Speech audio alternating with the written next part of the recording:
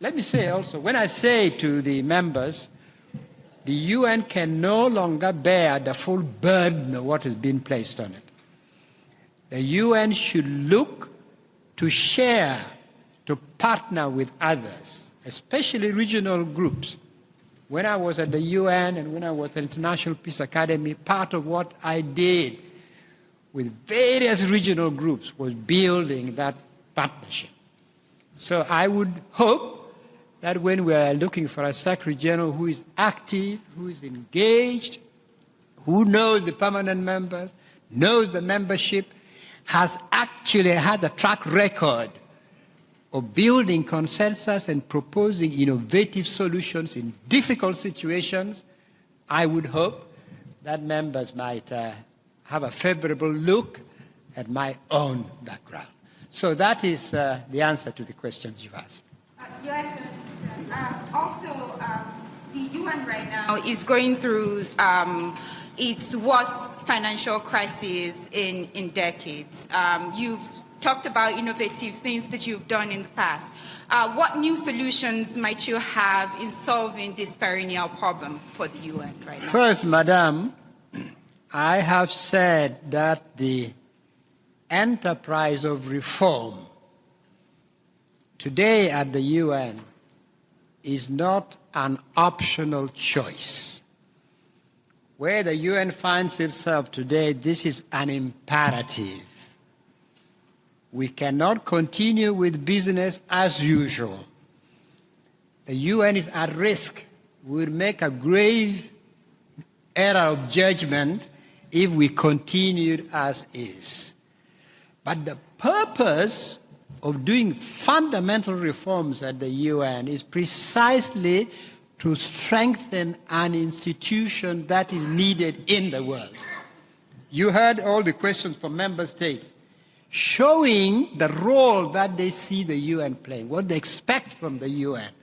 And for the UN to play the role expected of member states and what the Charter provides, needs to be a legitimate UN, a credible UN, a UN whose culture and method of work builds its legitimacy and impact. So that is what I hope that the reform I'm proposing will do.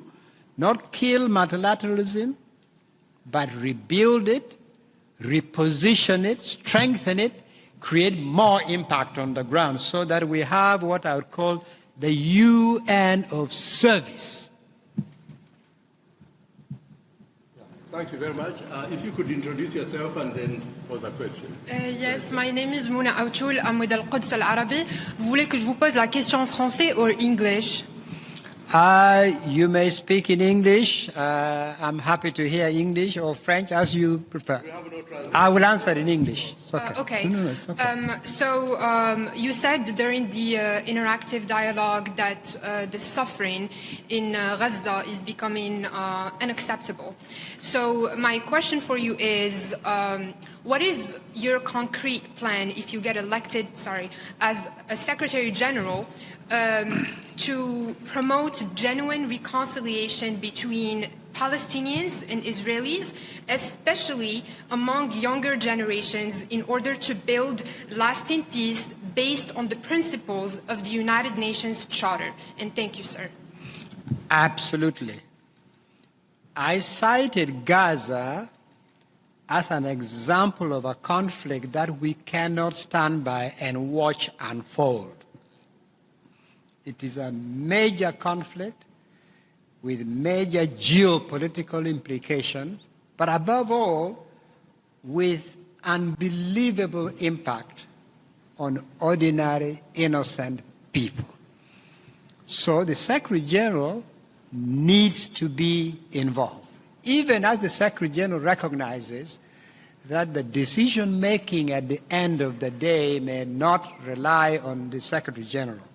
But the Secretary General must be engaged, must visit, must talk to the parties in conflict, must see opportunities where he or she might suggest something useful, and must continue to highlight this situation for the world to see.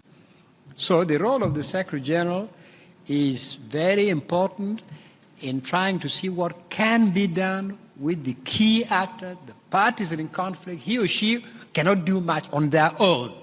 But if they're involved, they're listening patiently, they're probing, they're suggesting, something may give way. That is one, ending the conflict in Gaza. But secondly, we cannot stop there, because the issue in that region, the issue of Palestine and the Palestinians have been with us for a long time.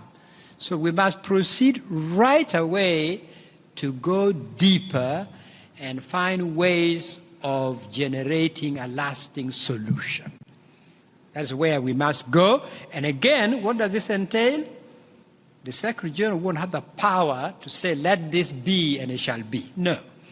But the Secretary General must engage with all the parties in the conflict, all the key actors in the situation, be part of the solution. And I hope it will be possible for the Secretary General to make some suggestions that will prove useful and open the way to a lasting solution. No.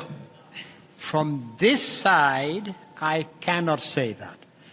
But one Secretary General, by being engaged, talking to the parties in conflict, listening to what they are saying, getting a sense of where they are and where things are blocked, possibilities then may present themselves that the Secretary General can be helpful.